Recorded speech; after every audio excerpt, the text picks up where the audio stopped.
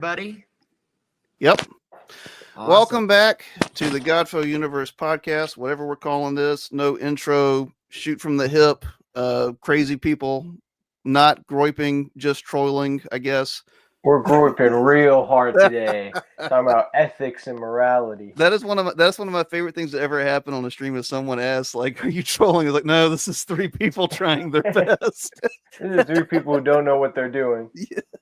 So this week, or whatever, this episode, JoJo suggested Peter Singer's works, and you're going to help me with it. Animal Liberation, and was it Famine, Affluence, and Morality? Yeah, and Singer posits an interesting moral framework, but I'm going to let JoJo run with it because he is more versed and more educated in it than I am. Basically, so Peter Singer, he's a Australian moral philosopher, worked in the areas of applied ethics. He's most known, I would say, for his works on both animal rights and global poverty. And you could also throw him in with the effect of altruists as well. But the essential idea of the 1972 essay, Famine, Affluence, and Morality, is that there's bad shit happening in the world all the time. And we view charity as like a virtue to alleviate some of that bad shit, but it's not an obligation. What Peter Singer would argue is that actually in any case, if there is a moral action you can take without sacrificing an equivalent moral good, then you should always take that action. You know, the classic example is if you're in a really nice $200 suit, but you see a child drowning in a lake, you of course would wade into the water to save that child. Not me. They got to learn the hard way. No, sink or swim in this bitch. Exactly. But if one decides to actually save the child, then you lose your $200 suit. But if you're not as sociopathic as Brody, you might view that as a moral good. The sacrifice, the $200 suit was not an equivalent moral sacrifice. Now, what Singer would argue is that what's salient about seeing the child in the lake is the distance. He's right in front of you. Thus, I have the idea that we have a moral obligation to respond with distance. And with nations across the world, we're like, we don't feel that same moral obligation. In fact, it's almost intuitive to think we're less obliged to people halfway across the world from us than a child who's right in front of us, drowning in a lake. But Singer would argue distance has no bearing on whether or not we are morally obliged to help somebody. One could say that $500 to donate nets to Africa to prevent malaria from mosquito bites. $500 is really all you need to save a child's life. That holds true today. So every time you have $500 and you choose to spend it on something that is not the moral equivalent of saving a child's life, Singer would argue that's just, for all intents and purposes, the same as choosing your $500 suit over the child in the lake. Distance has nothing to do with it. And he essentially says that it's a hard pill to swallow, but basically all of Western affluence should be redistributed to the global South and those who need it, regardless of what impact that has on our quality of life, how practical we even think that is.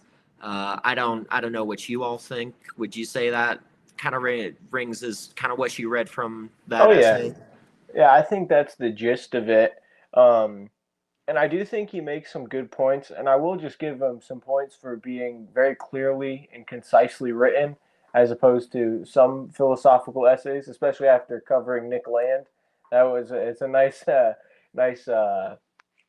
way to recover from that with something that's a little more comprehensible. Felt very modern. Very modern.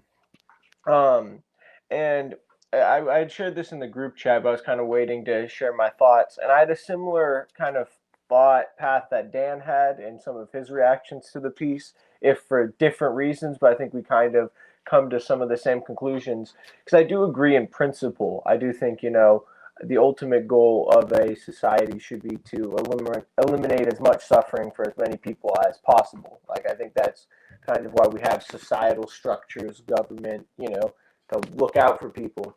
But where I think, at least in that essay, and that's the only thing I've read by him, so maybe he has some further elucidating work.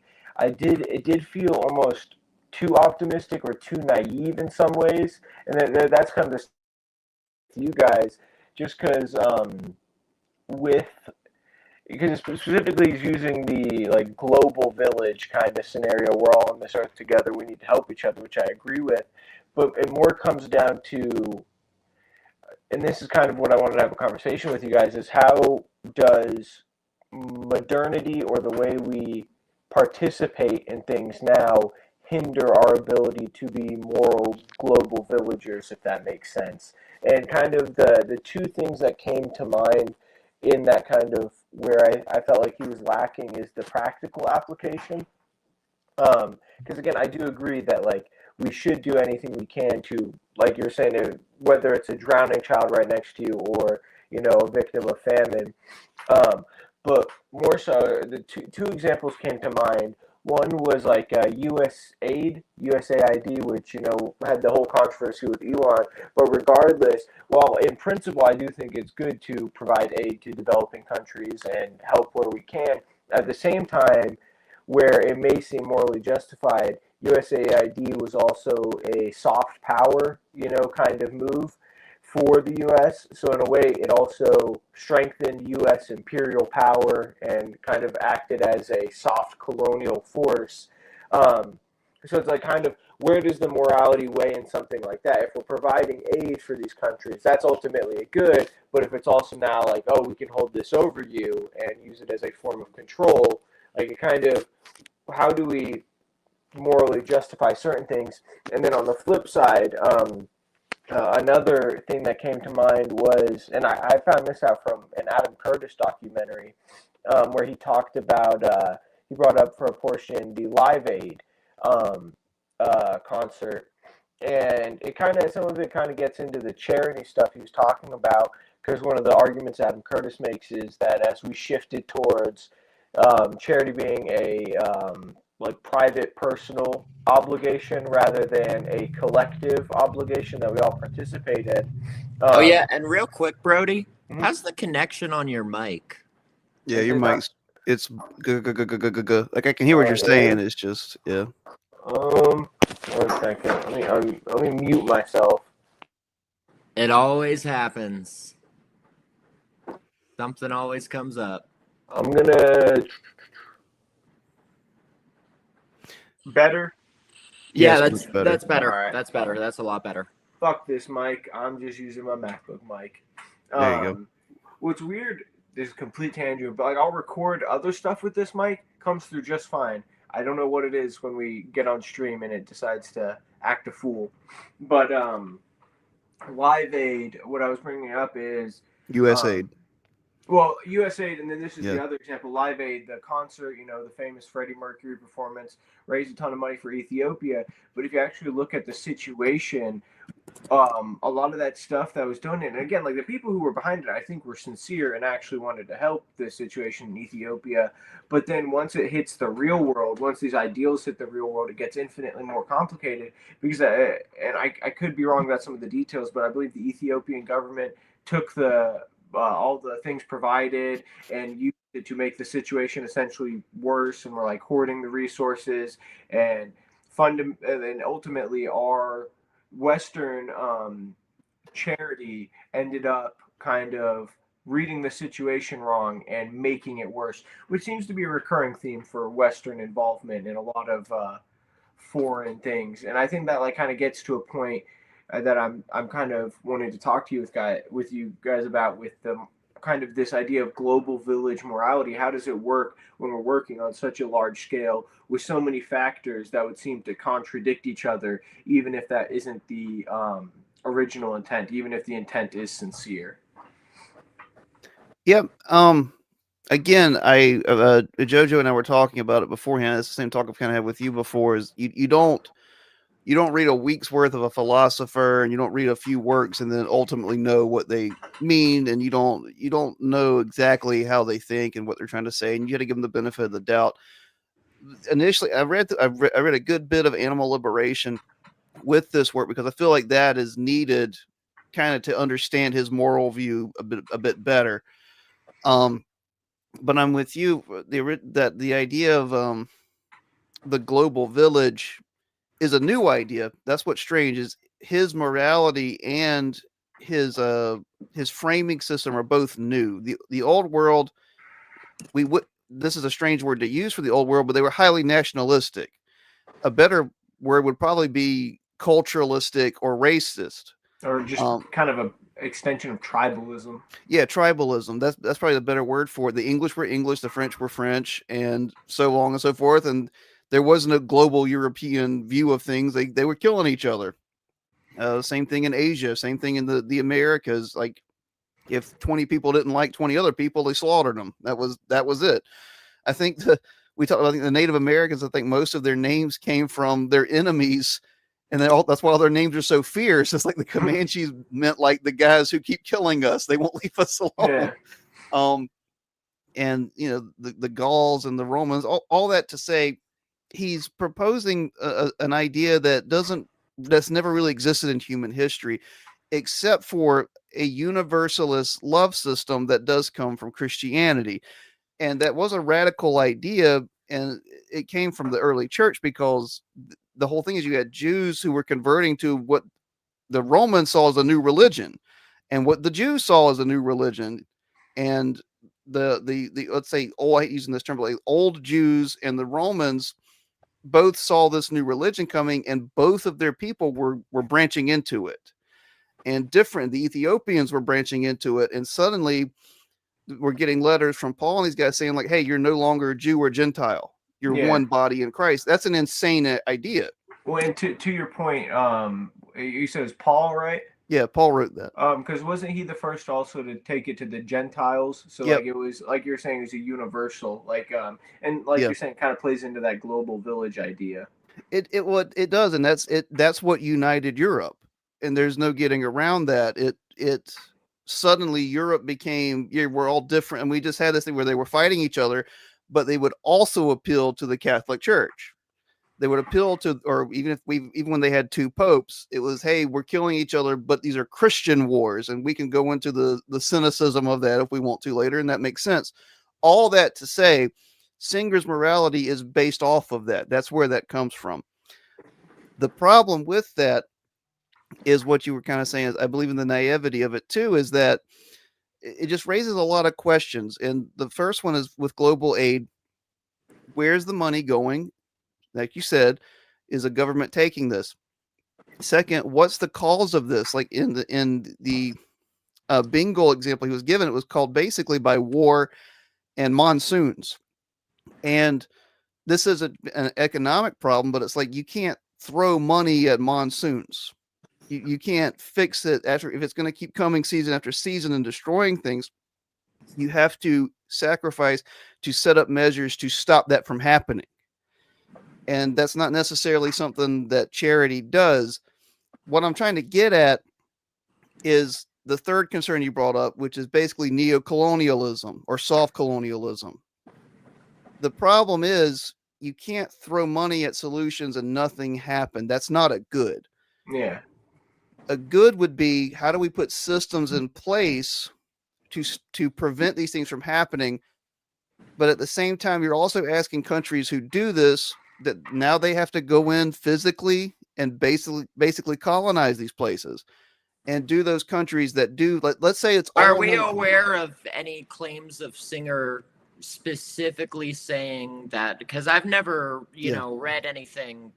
From what I've read from him, he emphasizes agency of those receiving aid, that ultimately for the most effective and efficient way for these people to get aid, they should have ultimate control over what that aid goes to, Yeah. what they need, et cetera, instead of it being kind of held as like a little like a little carrot on a stick. But the problem is, of course, like again, Singer is just talking about ethics, what we should be doing. A lot of this is out of the realm of practicality, which Singer himself acknowledges that. But that's also kind of like my problem with it is I personally don't think ethics and practicality are separate. I mean, we can go into that, and that's why I tried to go in further with animal liberation and try to understand where he's coming from. And like I said, I will always defer to you. I think you understand Singer's morality better.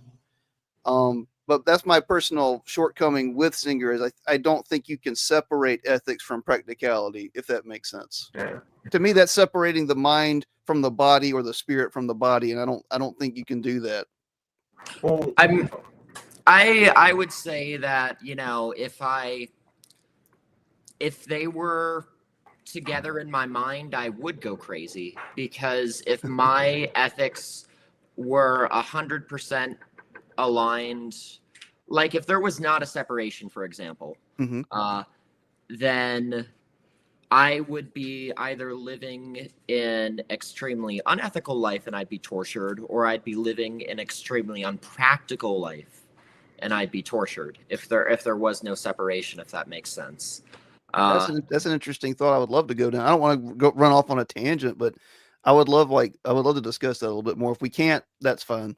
Oh no, let's go into it. Because real quick, I wanted to say, the practicality versus kind of the abstract idea is I'm on the same page as Dan. Is kind of where I was having the most, not trouble with his work, the most kind of criticism of his work. So I'm curious about your position on that. That's true, Cynic. Josh is better than me. Who's this Josh? Josh is the artist that works. He's the second half of the Godfall universe, the more talented version. Yeah, he's in the artist cage right now, working on pages while Dan peruses the internet. Oh, yeah, Brody, you got static again. Again? Yeah, maybe it's not StreamYard or Restream. Maybe it's Brody. I've been the problem all along. You're like, my mother and girlfriend were right.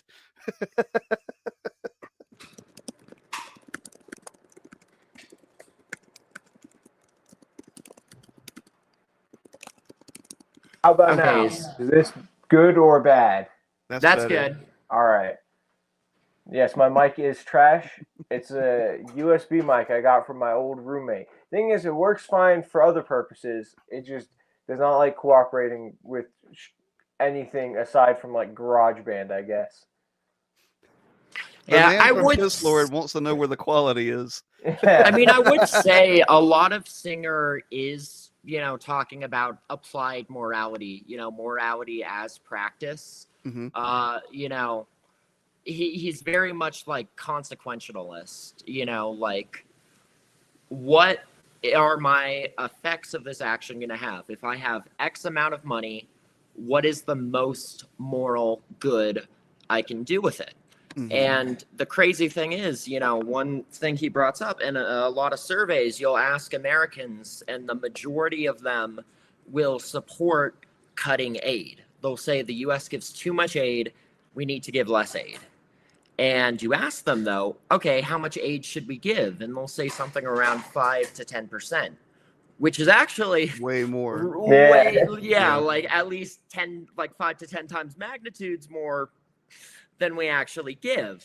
So people, it's true that there's a certain extent where you can't just be throwing money at a problem, but there's also the same truth that the global north has a shit ton of wealth that we're spending on entertainment and luxury meat products when most of the global south, relies on vegan staples. And we take flights all the time. There's a lot of amenities that we live by, even just our AC, that keeps us comfortable even when we don't necessarily need it to avoid heat stroke. Well, and to your point, a lot of the stuff in the global north that are consumer goods and things we don't really need are coming at the expense of exploiting the global south to get that. Like, if I mean, you're just look at vapes, what Yeah. they're doing to Congo, children in the Congo. Yep. Yeah, Yeah. I'm part of the problem. The question comes down to with this, let me circle back for just a second to address. I wasn't trying to give credence to the idea of a neo-colonialist attitude, of course. What I was going back to the practical argument, was just thinking something has to happen where you build within, while the systems can retain their agency. Of course, you can't have a morality without agency. The question is, what the ideologies are attached to whomever is sending aid. Like we see now neocolonialism with China. China is wrecking Africa right now. And it's disguised as aid, or it's disguised as business, but they're going through and basically just taking over. Like they're building roads supposedly and building infrastructure, and they hold those nations captive in debt for minerals. It's a soft colonialism. And all that to say, with what we're addressing here, is something to the effect of, we have to know what the greatest good is. And Singer, to me, is he's addressing the immediate instead of a more structural idea. And all that to say, the reason that the global north, this is the kind of the crappy catch-22 we have. The reason the global north has more to give is because of capitalist systems. The one thing that we can agree capitalism is good at is producing wealth. That's the problem that communism had, is it literally did not know how to produce. It didn't know how to produce wealth. What we do with that wealth, I think, is Singer's question. But again, that circles back to, how are you getting the wealth, which is what you just brought up, Brody.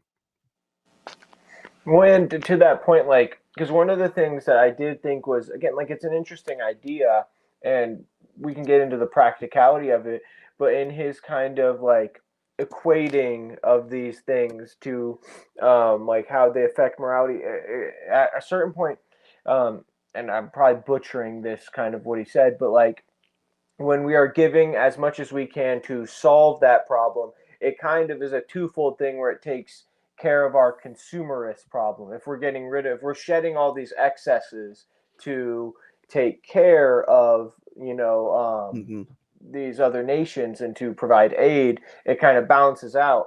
And like, I do think there's a lot of truth to that. We wouldn't have these excesses if we weren't exploiting these nations, and vice versa. They wouldn't be exploited if these excesses were given back to them, essentially. Yeah. And again, like, it keeps coming back to, like, when we get back to like kind of the practicality versus theory. One thing that keeps popping in my mind: do you guys know the show The Good Place? Yes. I've heard of it. Yeah, I know the premise. Yeah. Yeah, so well, spoiler alert, it's a really good show. If you haven't watched it, I recommend it. But there's a point where like they're trying to get into heaven, but nobody's gotten into heaven, and it's because like the morality of the world has gotten so complicated, because they have like a really complex system of ranking everyone's morality to see who gets into heaven. So after a certain point, though, because essentially your mic.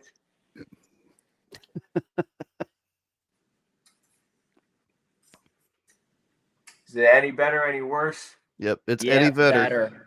All right, I'm literally just switching between the MacBook microphone and then the external one whenever it gets bad. So if it gets bad, I will do that again. But The Good Place, morality gets so complex in this global system. They use the analogy of like buying an apple at the store, and how that brings down your morality score to get into heaven. Because now, by purchasing that apple, you are unconsciously, participating in an exploitative system where, like, now not only is it like the farmer who made the apple is exploited, but then the worker who putting it on the shelf, and so on and so forth. And because it kind of like, a lot of this kind of can be under the umbrella phrase of like no ethical consumption under capitalism, which I do think there is a lot of truth to. And it's kind of, how do we get around those problems? Because like, I think to reach the point that Singer's talking about would like be a fundamental restructuring of the world, which I'm not opposed to if it means we get good things. But it's like, when rubber hits the road, like what is the true path forward for that? Because again, like I agree in principle with everything he's saying, but it's more so what are the steps forward. So Jojo, I was kind of curious, since you're more familiar with this work, and I'm assuming that animal liberation, since it is about veganism and like has a more specific goal, how his work translates to more practical uses in a work like that, as Yes. opposed to when he's dealing in the Mhm. more abstract. I think that would be helpful. Yeah, so a great way to kind of look at the practical versus think about this as the abstract. The chorus singer's argument is, if you can save a drowning child, you should. Distance doesn't matter, right? But, you know, it kind of ignores, like, what is the cause of the child drowning? You know, what is Maybe the he child deserved drowning it. in? You know, is he drowning in poverty? You know, how did he get there? You know, what colonial imperialist powers are drowning our children? You know, what is the power dynamic between the child and the savior? You know, especially when the child seems to find themselves continually drowning because of the excesses of the person who is now in the position to have to save them. I just imagine a situation where the excess person is just pouring more and more water into wherever the kid is. So he's literally the cause of the kid drowning. I know. Put that visual image in there. It's literally like he's waterboarding the child and then taking the cloth off and being Like, I saved you. Exactly. I saved you. And I'd say that's like the biggest criticism of how like a singer ethical altruist framework could be co-opted by neo-colonial, you know, soft power movements, even if I don't believe that's singer's intent. Yeah. Now, there is a certain point where you do have to just kind of say, you know, yeah, we can talk about, you know, we need to restructure society on a greater level, and we can't just throw money at things and all that stuff. But sometimes money does actually help. Money does actually help. And consumer choice does actually help. If we in the global north were to all just collectively decide to reduce our meat consumption, that would potentially save millions of lives in the global south. Not to mention, you know, hundreds of millions of animal lives. And that is something that we don't necessarily, we can take a multi-pronged approach. You know, I work with a group called Pro Animal Future, sometimes at least. Haven't been too active as much as I'd like to lately, but they have this petition to ban foie gras in Denver, and foie gras is so fucked up. They stick a metal tube deep down the geese's throat, force feed the geese until the liver is 10 times bigger than it naturally is supposed to be. And it's all for human greed. It's all for human profit. And that's just something like, just don't buy foie gras. Just don't, you know, we don't need to. Yeah, it's great to systemically, like, on the one hand, yes, we're voting on it and we're doing the systemic change of it. But also, that doesn't change your moral obligation to not buy foie gras. You can't just sign the petition and say, look, we're doing it on the systemic level. My individual choices don't matter because there's no ethical consumption under capitalism. That's true. But an apple is still going to be a whole lot more ethical than foie gras, even if they're both, you know, exploitative in some way. Yeah. Well, and that gets into kind of, well, I had two responses to what you said because I did find it really interesting. That gets into, and like, kind of, I think, touches on it in the essay I read, but almost like the weighing of morality and stuff to like make sure your choice is the most moral, like weighing the moral outcome versus like any consequences that could happen. And then on the flip side, to your point, because I do agree, like the foie gras, I can never pronounce the word, the fucked up goose thing. That is a good example of a way that your individual actions can help in a cumulative way towards a greater good. But then the description of it almost reminded me of the flip with how we deal with like climate and environmentalism in general. Your mic's fucked again. All right. Sounds fucking awful. I'll tell you. You sound great when it's working. How about now? Great. That's good. Great. All right. I'll just Continue. keep switching back and forth. But the way because we see a shift in dealing with climate in like, or especially in the 80s and 90s. There's that famous ad of the Native American seeing people litter and then like a tear going down Yeah. his face, with the implication essentially being it's on the burden of the individual. Where now it's very clear that although yes, as individuals we contribute a great deal to climate change and environmental issues, a lot of this is happening at a greater systemic issue that we as individuals have no way of reconciling, essentially. And I was just curious your thoughts, because it's kind of the reverse of the example you brought up with the foie gras, in that no matter what our individual actions, they are far less than anything we can do at a systemic level. So I was just kind of curious if there was any way to tie what Singer's saying to that, or just your thoughts about something like that in general. I don't even know that we necessarily have to compare them when they're both complementary. A general strike, for example, when people decide to just withhold their purchasing power in order to meet demands, that's a highly effective form of protest historically. And that's an example of something where we are, doing something on a collective systemic level, sure. But if you actually look down into it, it's just individuals.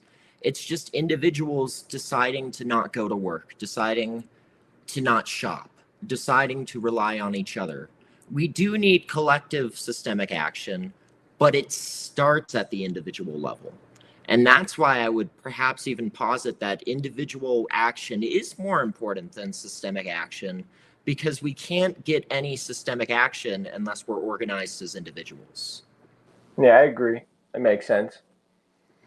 And then if you want to throw Nick Land into all this stuff, he would, of course, argue that us humans have no agency in this system, and we're all just nodes, making helpless choices following our libidinal desires. Yeah. And capitalism is just using us to its own ends. But I believe we as individuals have power and choice over these systems. I don't believe they just use us and spit us out without any hope for us to change it, reform it. Yeah.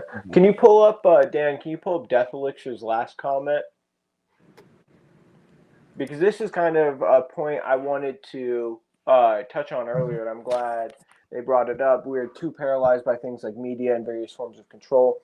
And I think this goes to greater points about like our consumerist culture, in that like we're so in this loop of constantly consuming, being tired of the thing we're consuming, get a new thing to consume. That's how the beast works.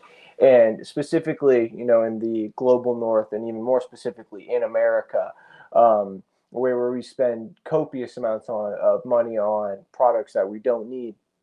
And kind of the idea being like this comfortability that arises in people towards that, where they'd rather choose comfortability over kind of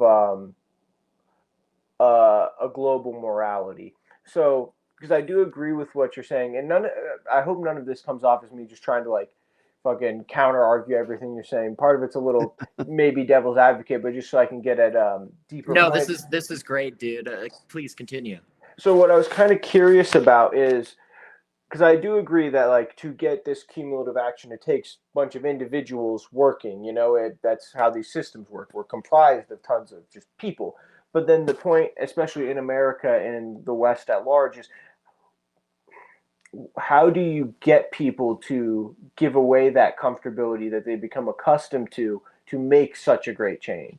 I have no fucking idea. Yeah. That's where it gets even more complicated, because especially in America, like we're just so accustomed to that. Like David Foster Wallace, he was doing an interview post 9/11 where he brought up the point that like people in America can't realize how them driving a giant diesel truck would make people in the Middle East be mad at them. Like they don't see that connection, even though to the person in the Middle East, oh, you have that diesel truck because our oil fields have been taken over and our country's been thoroughly destroyed to get you that product. Where to us, it's just one of the many luxuries we're provided in our country that we don't really have to give a second thought to. And it's like, how do you get people? I think to get people to give up their comforts You essentially have to treat them like the drowning child, throw them in the lake, sink or swim. And I don't think that's an action we're going to take. I don't think that's up to us. I think that's just what the system is doing to us. I think that's what global climate collapse looks like. I think it's going to make degrowth and a giving up of luxuries and a requirement, because we will simply have over extracted the global south to the point where it won't be providing, you know, the fucking vape batteries or whatever. I forget the name of the element. I don't know if it's Lithium. I was gonna say lithium, but I was like, no, that's the mood stabilizer. It's Well, got both, yeah. multi-purpose. You're cracking again. This is my mood stabilizer. Oh my god. See, that's the problem. I'm looking at that and I'm fucking fiending right now. No, I have power as an individual. Brody, your mic's breaking again. Oh. And this is a oh, hold on a second. It literally What's the up, inherent Bats? Contradiction of capitalism. Yes. That I want to address that, because the problem is, I think that capitalism has multiple problems. And first of all, it has the potential to turn everyone into a whore, like on every level. And I think Marilyn Manson phrased that very well in the first track of Antichrist Superstar, which I can't quote because they'll kick me off YouTube if I quote him directly. He also said capitalism made it this way, old-fashioned fascism will take it away. We'll see what how that goes. But this is my I try to study philosophy from a view of left right doesn't really matter, because left right is an old view. That's a French Revolution view. My problem I have with a strictly anti-capitalist philosophy outright is that we can't get around the fact that capitalism has raised more people out of poverty than any system on earth. Because, stay with me on this, I'm going to circle back around. Capitalism, as I said, is wonderful at producing wealth. That doesn't mean it's ethical. That doesn't mean that it's an ideology you should live by. But as a system, it is an engine for producing wealth. It's the greatest engine for producing wealth ever. So what we have to do is you have to figure out, how are you going to use that system, I would say. Because if you don't have that system, we haven't found a way to produce wealth like we have. Therefore, if we don't have wealth, you can't help anyone if you're also broke.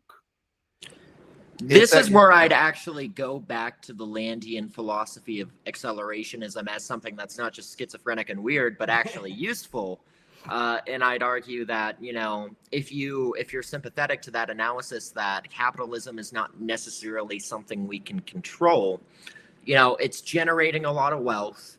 Sure, most of that is going to the 100,000th of the like the 5 people on the planet. Yeah, the 1%ers of the 1%ers of the 1%ers. But still, you know, lifting a lot of people out of poverty. You know, I don't know too much about fucking capitalism, but you know, if that's the case, you know, what's going to happen when all this wealth that we've produced from the oil fields and all that stuff has set off all these, you know, feedback loops in our climate, that's going to collapse all of us back into poverty. So it's like a train that's accelerating. It's like a roller coaster going up, up, lifting us up, but it all has to come down eventually. And I don't know that it's something we have control over. Let me put this in there with that though. Is climate destruction, is that a product of capitalism or is that a product of industrialization? And I know those two go hand in hand, but what I'm asking is, we saw like China and we saw Russia in particular, the USSR, industrialize super quickly. Suddenly they're also in the Middle East as well. And I'm not trying to pit a communist versus capitalist thing here. What I'm trying to figure out is, if capitalism didn't exist, industrialization still would. I don't know if I believe that. because the only reason I say that is because we've seen it with Russia and China and other communist countries. well, what would you think about the argument that and I don't know where I stand on this, but Mhm. people who argue that China and Russia were forms of state capitalism? Well, I would just call that fascism. Well, in like Which China I more think, specifically, I think yeah. because it's capitalism with Chinese characteristics, as they like to call it, or whatever. But like Oh, my Russia, tanky friend would be so mad if he heard us right now. That's okay.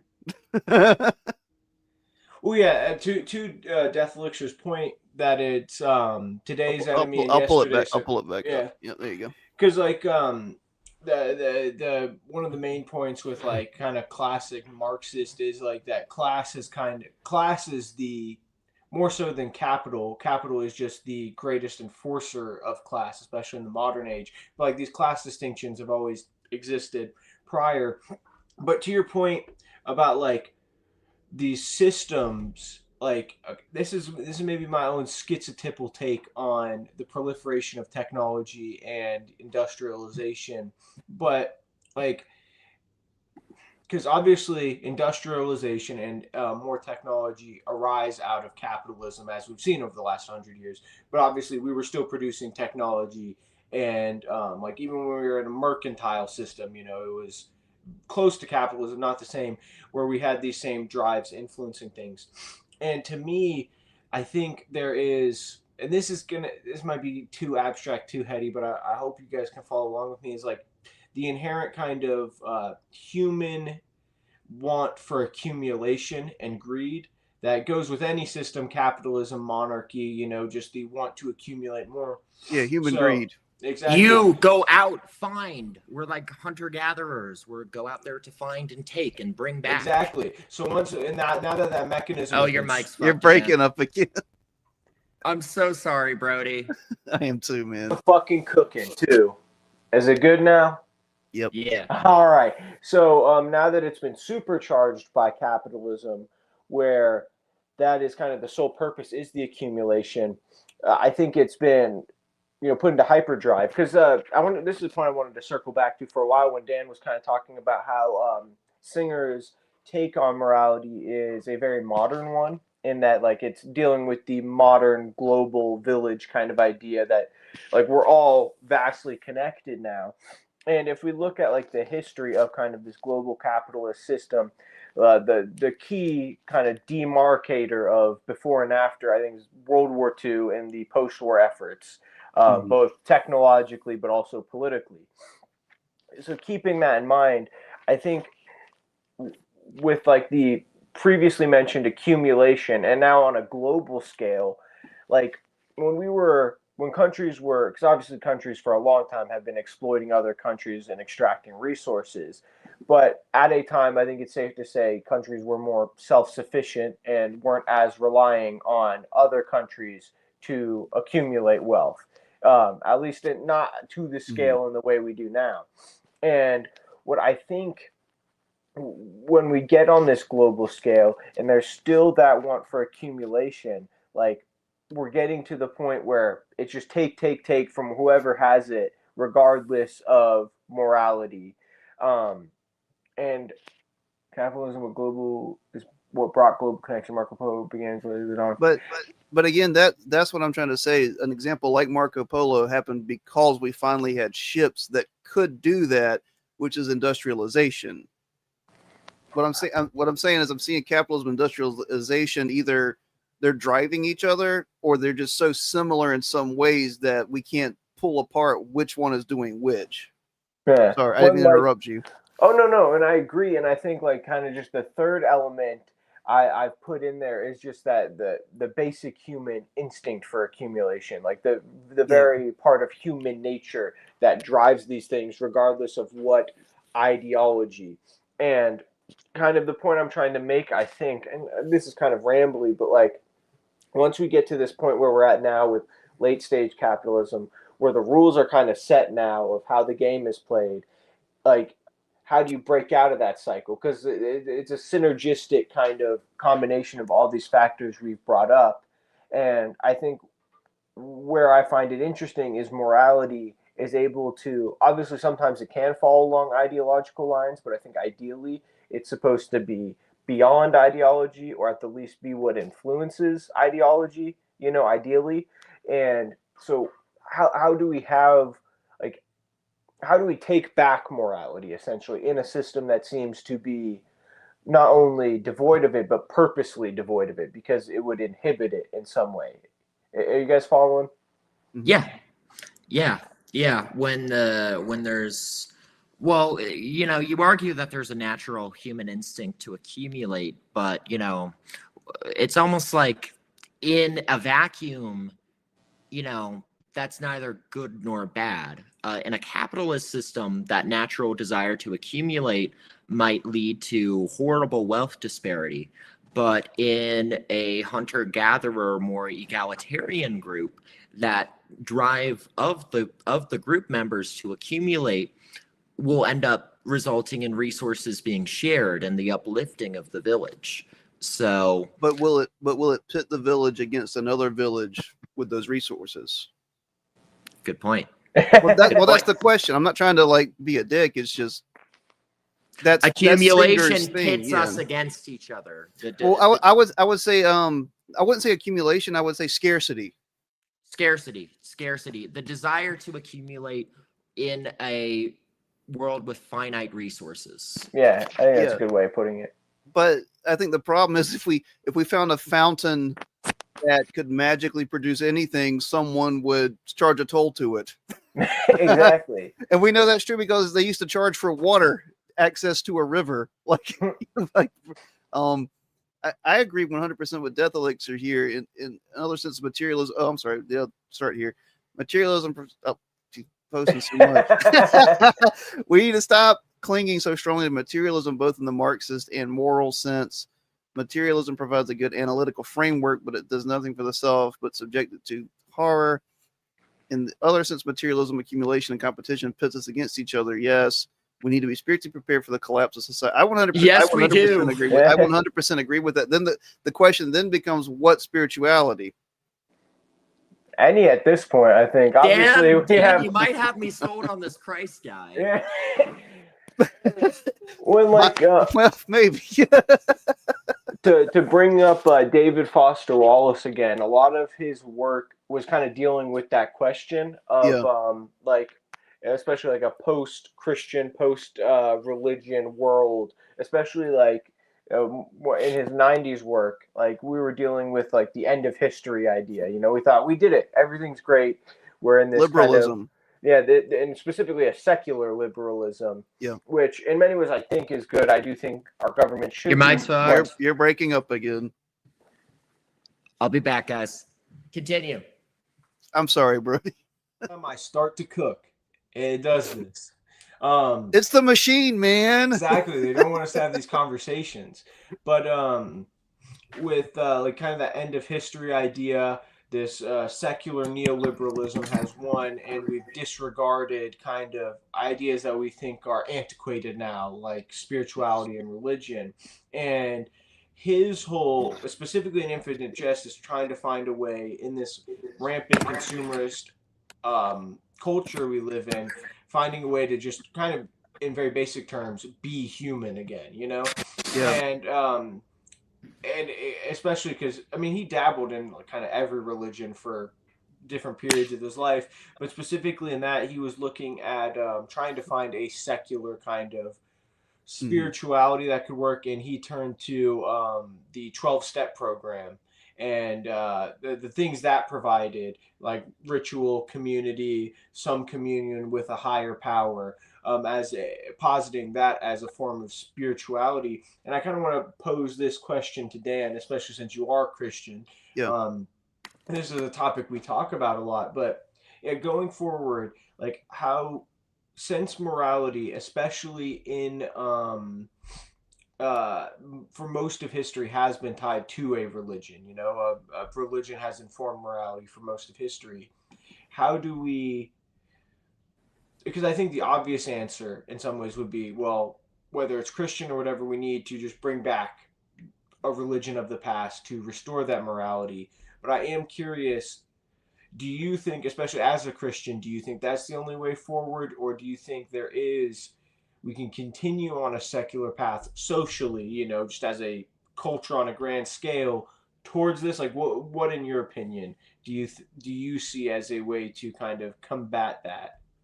All right, I'll provide 2 or 3 answers to that. The hardline Christian ideas, and I was talking with JoJo about this briefly before we started. Great angle, by the way. Your camera right now, it looks awesome. Hitting poses for us. Christianity would 100% assert itself as saying, yes, that is the only way forward because Christ is the Son of God. And if Christ is the Son of God, that's the only thing you can do. Everything else is either false or falls under that. There is a hierarchical power structure of how the world functions. Another way to view that, though, is that as a Christian, if you believe Christ is that hierarchical structure, that power and that structure exists regardless of if people believe in him or not. And what that does is kind of spread it out to a more universalist idea of not how to reach God, but how to reach morality and good. And Paul kind of says that. He says, like, look, there are Gentiles who by their actions, you can tell they have the moral law of God written on their heart. They don't know Christ. They don't believe Christ. And this doesn't mean that they'll know Christ and ultimately be saved from the fires of hell if we have to go that direction. But what he's saying is this moral code is written into reality so that any can follow it and that good can be structured from that, if that makes sense. My thing, and is when I was talking about which spirituality is, because we have to answer that question, because spiritualities are tribes. Religion is proto-tribe. It is proto-philosophy. It is proto-morality. It went hand in hand with the tribe. Yeah, it used to be. I mean, and this was the great, if we had to say, progressive shock of Christianity, is that your God is no longer tied to your land and your blood. That had never happened before. That is an unbelievable idea. Not only is it this God is king of this region, he's king of the universe. That's insane. Even Zeus wasn't king of the universe. So all that to say is, if we just had basically spiritual warfare, and I don't mean that in the traditional Baptist Christian sense, if you had a battle of ideas, of spiritual ideas, it would be no different than what we're talking about now. I don't see a difference between ideologies and religions. I think ideologies are lesser religions. I think capitalism, communism, Marxism, I think these are lesser religions. And the reason I say that is because maybe capitalism doesn't, but the others, they carry a morality with them. And that's what we're discussing. Singer's morality is contingent upon the last 2,000 years of Christian morality. Singer's argument does not work for the Greeks. It does not work for the Romans. It does not work for any ethnic tribe that viewed their religion, their God, and their blood as separate from other people. Singer is the one who has to wrestle with, how does I separate this basically Christian morality from itself, if that makes sense? Yeah. Well, and to your point about like ideology being kind of like our modern religions in many ways, Yeah. and especially like in the way that ideology, especially in modern America, has co-opted religion, whether it's like kind of the trad cath or Christian nationalist thing. Mm-hmm. I would say those people are ideologues first and then Christians, instead of the Christianity influencing the ideology. And that gets us again to like this the weird moment of now, where either people are just ideologically driven or their ideology is completely intertwined with their religion. You're breaking up again. I'm so sorry to interrupt you, man. Are we good? Yep. All right. But where these things are so intertwined, and in many ways an unhealthy way, because I think and I think you'd agree, ideally the religion should be what's influencing.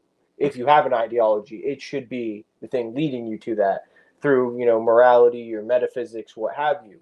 But now, since the opposite kind of has been taken, it puts us in an interesting place where, like, when I listen to tradcasts or Christian nationalists kind of talk about their positions, it's very clear that the morality of Christianity doesn't seem to come into play until later, instead of that being the foundational bedrock. I would agree. If it And comes into play at all. Yeah. exactly, if it's not just used as a justification for the ideological beliefs. Um, so there's a lot of, oh, what's this? I don't know enough about that. So It if must you be wanna said take that Dan. Paul was a Roman spy and Christianity was adopted in the Roman Empire to control the foreign legions of Rome to not continue raiding in the homeland. That was the beginning of the structured doctrines of Catholicism. I would push that back on that because Paul, first of all, was a Jew. He was a Roman citizen, but he had earned that. He was a Jewish man and he was of the Jewish religion. He was killing Christians at first, and he was then like killed by the Roman Empire because of his Christian stance. I think the idea of it being a Roman conspiracy doesn't make sense because the Romans, first of all, grossly oppressed it, and second, they didn't really care for it. They thought it was a weird Jewish cult. Yeah. Now, And they capped Jesus. well, the Romans were responsible for his execution, but the Sanhedrin and the Pharisees were really the ones who wanted to kill him. They had tried to stone him before that. A lot of people wanted him dead. A lot of people wanted Jesus dead, and the Jews wanted him dead because he wasn't a violent leader, but he claimed to be God, and that's a punishable offense under Judaism. And the Romans didn't really care. They thought he was just another crazy Jewish messianic leader, but they had nothing against him because he hadn't started any violent revolutions. They didn't care. They didn't care what the Jews did as long as they didn't take up arms. Well, and getting back to like kind of more so the core principles of Christianity and its like foundation. I've talked to Dan about this a little bit, but on Humanism by Heidegger, he kind of outlines the history of humanism, and he posits like that the two truest forms of humanism we've seen proposed were Christianity and communism. Communism being a secularization where it's founded on the ideas of lifting up the human and kind of a moral superiority for ourselves to each other, kind of, I don't know if I'm phrasing that right, but Yeah. circling back to the Christian humanism, especially like since the ethics of Christianity and specifically like New Testament Jesus has been the guiding force for a lot of our morals on a positive here. No problem, Death. But that idea of humanism arising from Christianity in our modern concept of it, I mean, the whole ideas of like helping the poor, washing the feet of others, putting others before yourselves. Like, it's weird to think of those as radical ideas now, since they are so thoroughly ingrained. But with that, and again, like comparing those very core foundational ideas that have existed for thousands of years now to kind of an inversion of morality we're seeing, especially like on certain circles on the right, and specifically with like masculine circles on the right, where they try to propose that empathy is ultimately bad. And I think empathy is good. I think it's what makes us humans. Obviously, there's an argument for too much empathy, but without going down that rabbit hole, like kind of proposing that like the morality that has guided us for so long, and because a lot of times they'll tie it to like, oh, these are Enlightenment ideas that are outdated now, even though those Enlightenment ideas were from Christian humanism and ethics, but we're seeing a reversal of that morality, in a lot of circles now, where it's seen as a negative, kind of like the Andrew Tate ideology of just, I'm the big dog, I'm the alpha, I just take what I want with no regard for anyone else, kind of sums it up pretty well.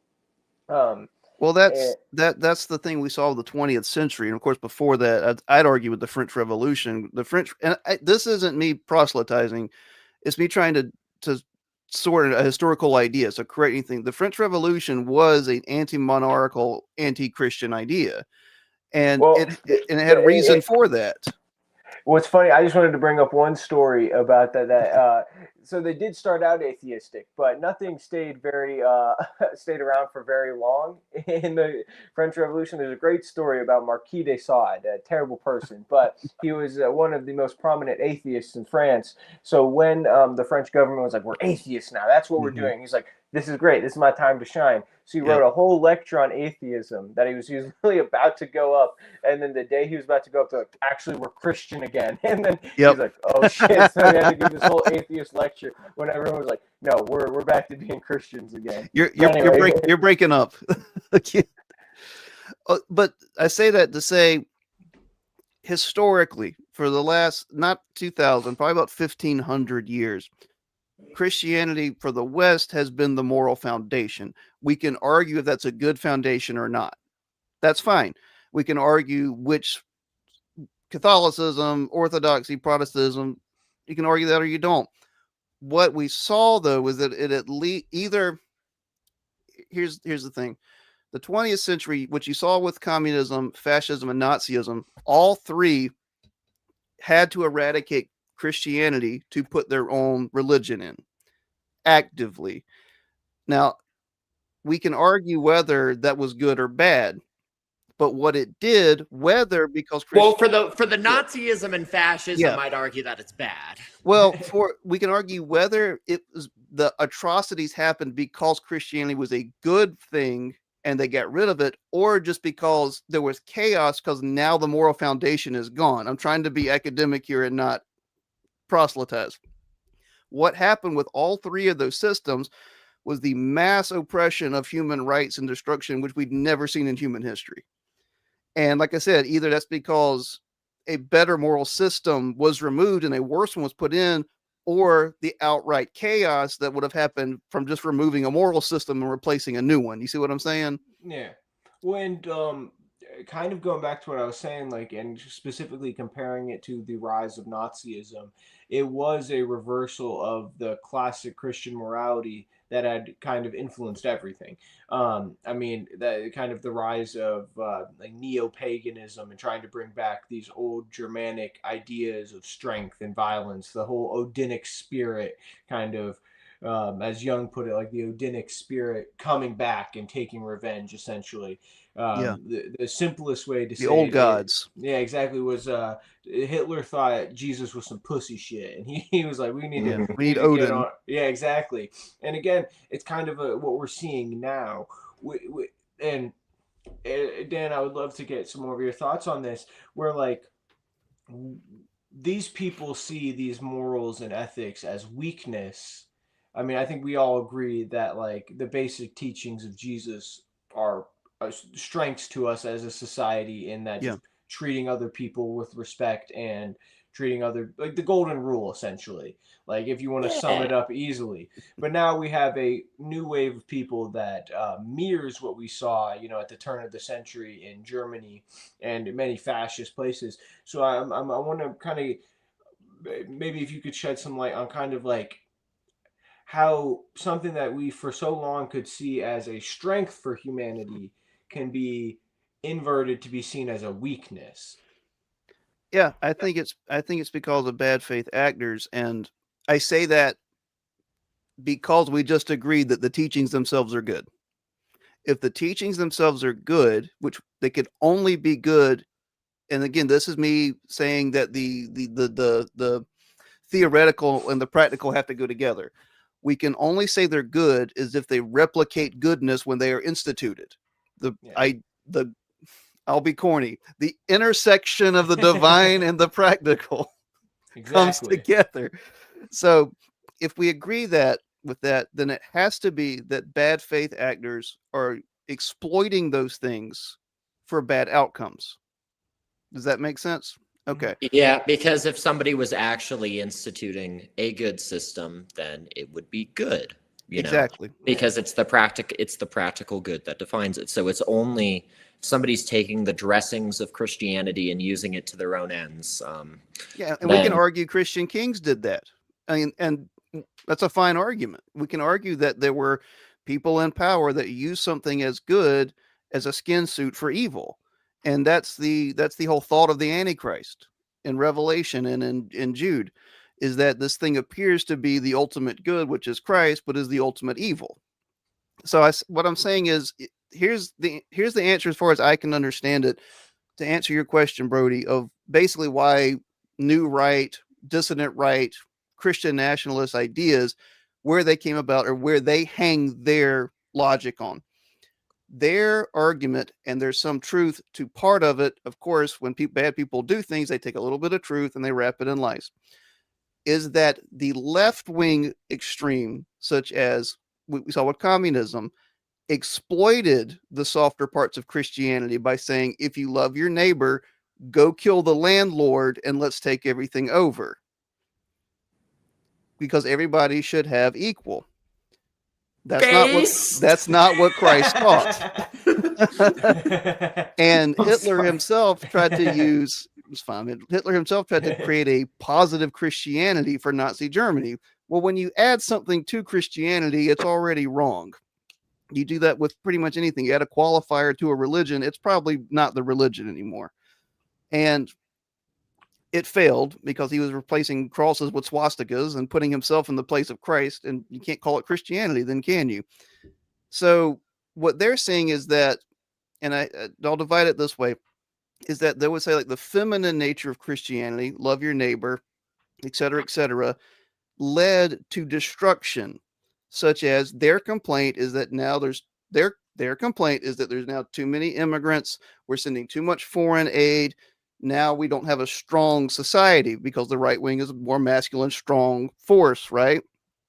So their answer is we need a masculine, strong Christianity, such as a Christ that came with the sword and that spoke harsh truths.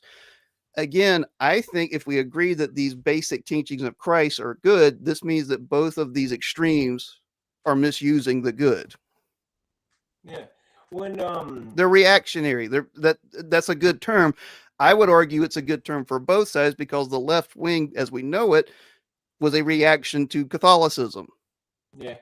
You're breaking up. Yeah, Me? I'm sorry, man. Aye. We'll get it ironed out for next. Well, and I'm next not one. Like C.S. Lewis did a really good writing on chivalry. Mhm. He brought these things together. Like his idea of masculinity and chivalry was a knight should be extreme in all things. He should love and defend goodness, and he should give charity. Anything he has, he should give and give. But he should also, when he goes to war, he goes to war. And when he fights evil, he fights evil.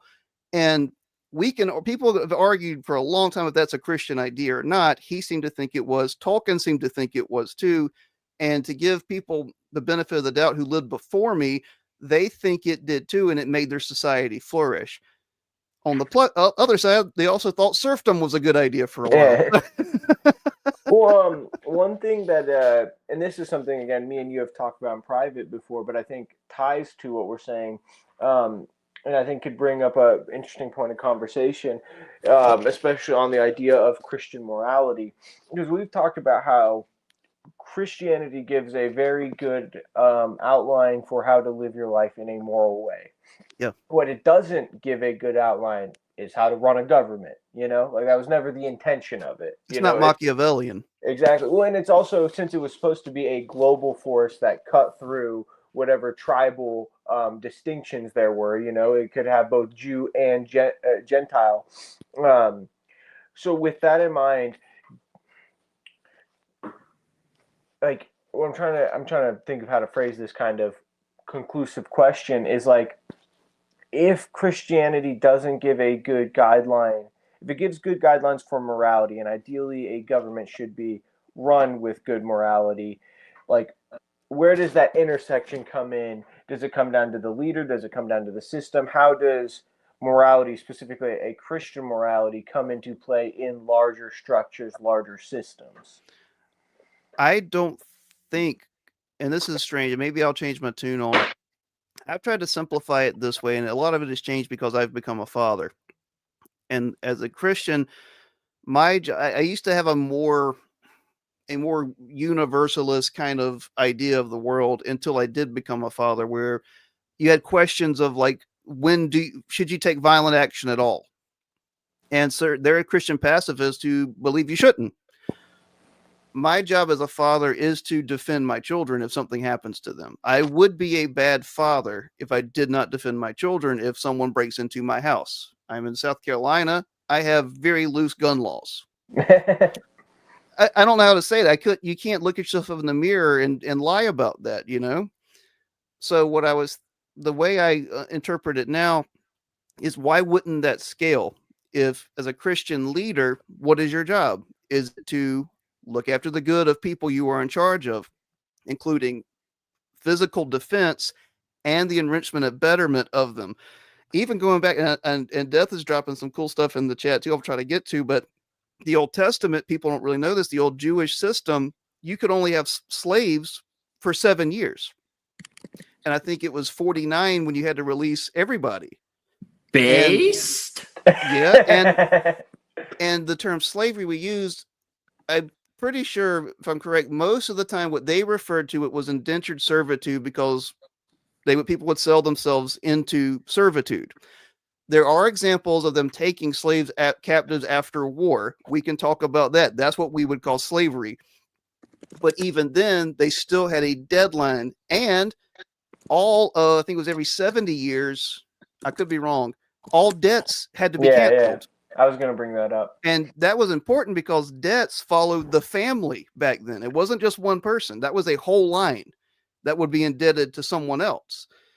So this idea of, and this is something that, if you read the Christian nationalist literature, I don't think it's good. I've read it, but what they at least try to do, again, the partial truth and the kernel of truth, is appeal to those kind of laws, like as a foundation for government. It's like, look, no more debt in this way, especially compounding interest, because you could not charge interest back in the day. That's a new invention. They used to call it usury, and it was God would punish his people for charging usury to people. Yeah. And all that to say, I think there's a way to do things like that. I do think there's a way to run a nation on a Christian idea if you look at it that way. But most of the Christian morality in the New Testament is for running a church, which is a volunteer system of multiple people from multiple nations all over the world. That is not a governmental system.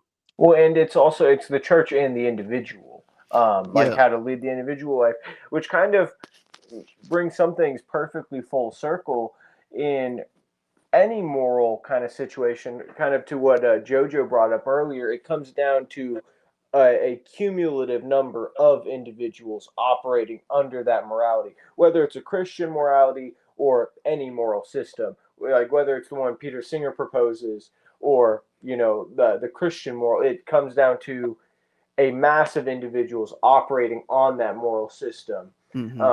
Which again, that gets to the complicated nature of these moral systems. And also, do we want to take a look at what Death Elixir? Yeah, let me pull that up while you do your mic. It's breaking up again. Yeah, all right.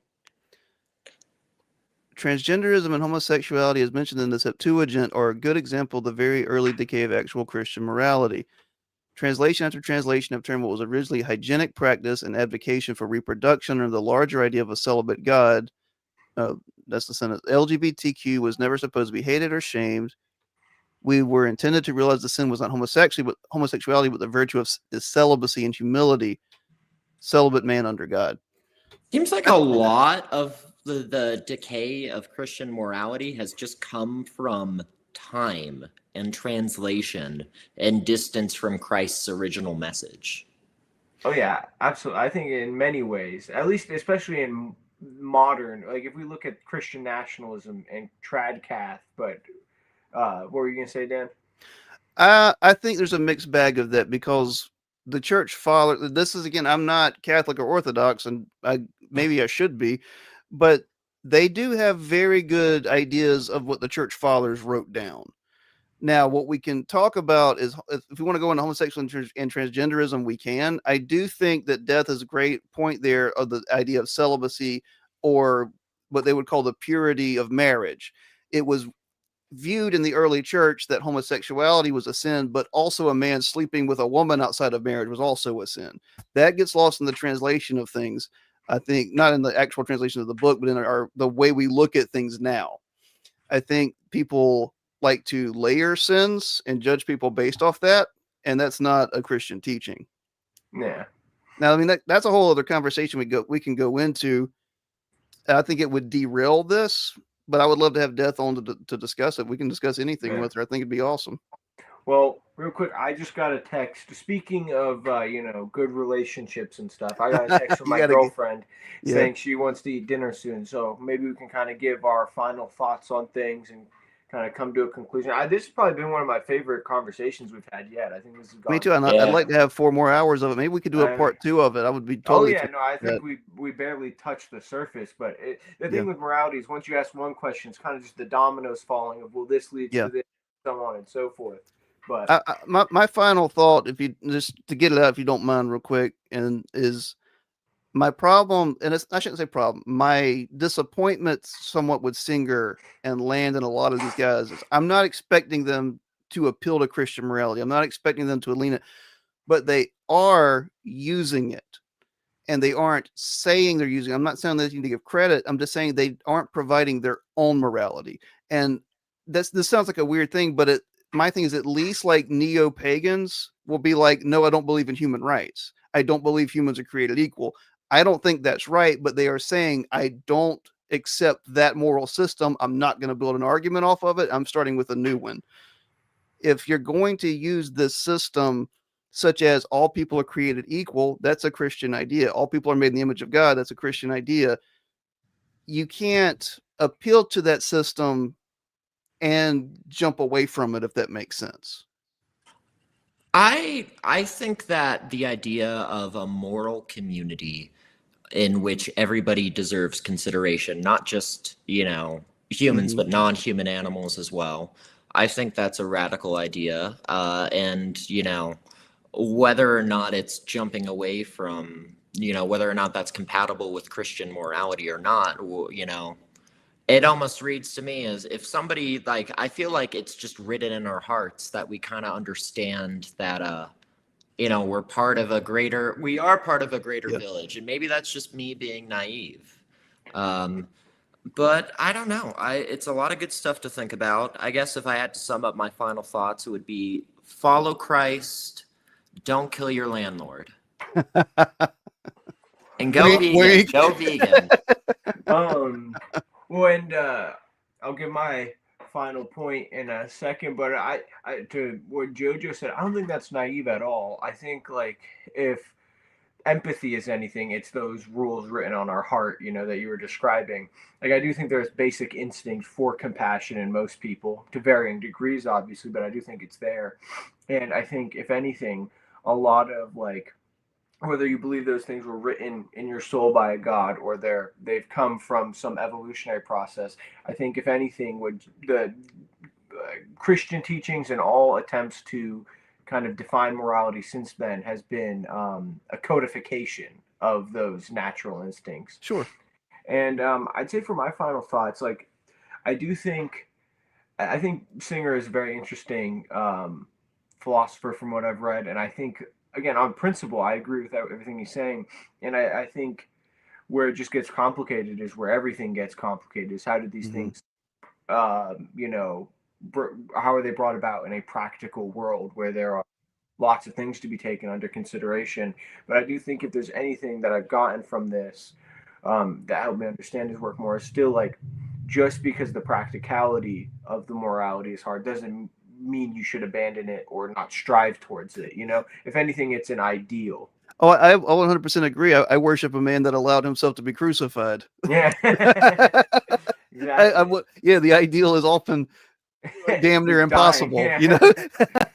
Jojo, I appreciate you bringing this up. I think this is a great topic and a great series. And like I said, I think Singer's a smart guy, and I think he's presenting a very tough moral framework. And I think those are the best moral frameworks because it expects something of you. A moral framework that says do whatever you want, such as like Satanism, or Luciferianism, I can't take it seriously when it says do what thou will, but also don't hurt people. It's like, okay, that's a contradiction. But I think I guess what I'm saying is if you're not here, insider baseball against super right-wing Christianity, if you make a claim such as like, well, it's written on our hearts, someone's going to say, well, what does it matter if it doesn't come from a God? What is the objective morality of like, if we're all just humans, we're all just animals. If it's just there, why can't it be anything? And I that don't, is a you question. know, I think it's almost like, to me, meaning is self-evident. To me, meaning overflows. And I think if there is meaning, there is morality, and I think that can be entirely independent of religion. And I think that, you know, to be just an animal, Yeah. you know, as if being an animal, as if being an animal doesn't make you a part of creation, which is itself meaningful and makes you a part of our moral community. It's just, I think that's a again, beautiful I idea. would just say, look into your heart. I would just say, look into your heart. I don't, maybe that's naive of me. I agree. Look into your. I think that's a good place to end this. As any. No, Again, I agree too. And what I was just saying, like when you encounter, that's the hit back you're gonna get. I know. Yeah. JoJo's ready. This is a great talk, man. I greatly appreciate it. I don't know. I look forward. I don't know if I can do it next week. I hope so. But whatever, if you want a new topic or if you want a part 2, I'm down with anything. I think this was fantastic. And if we can get Death on, if anyone has a contact, Death, are you in the Discord? Oh, I'm. Me and Death are homies. I can. Gotcha. I can take care of that. I mean, All well, right. I'll do this last one. Right, which is probably the very thing we all endure the passions they remain a sinner just as I am in this now. Allow my ego to always control. Yep, I think that's a good place to start with it. Yes, you did. All right. I don't want you to get in trouble, Brody. Yeah, I think Muddy's little cameo there is a perfect note to Yeah. All right. See you, All right. everybody. Good night. Bye.